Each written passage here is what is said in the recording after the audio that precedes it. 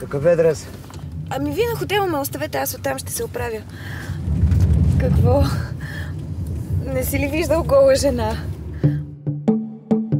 Връщам те в училище. И да ме върнеш, аз пак ще отида, какво? Ей, махни, ей! Аз сама съм си го избрала това, защото ме кефи и ми плащат, пари ми плащат. Законите ние ги пишем. Ние сме Господ. Тая държава. Мишо, не прави глупости! Мишо! Сърдечен хирург. Днес ми е последната операция в България. От вторник започвам работа в Хамбург. Значи емигрирате? Това вече не е емиграция, а евакуация. Вие ли сте се обадили за такси на моста? Писна ми, искам да приключа. И що? Не е твоя работа. Щом сме викнал таксито, вече и моя работа.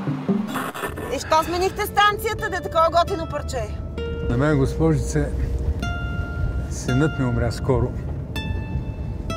Тежко ми е още. Се обади полицията и... Пробвай. Искаш ли ефтини хубави обувки, а? Мога да реда. Не бе, от гробищата ги вземам. Един приятел ми ги носи. Как така от гробиш? На мъртвите не им трябват чупици, на живите им трябват. През деня съм свещеник, вечер карам такси. Това позволено ли? Библията нищо не казва за това. Тогава не е имало таксите.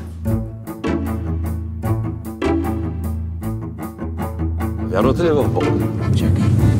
Къде беше той, когато дъщерите ни станаха простутки, а синовете ни блистанци? Не богохулствайте! Бог отдавна напусна тая страна. Барабар с 1/3 от населението. Ние го изгонихме. Ей, затова сме на това пилече си. Посоката, братци, посоката. Няма, изгубихме.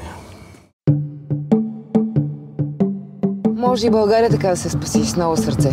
Няма шанс. Спасяват се болни хора, не трупове. Има. Просто трябва да се намери точно сърце.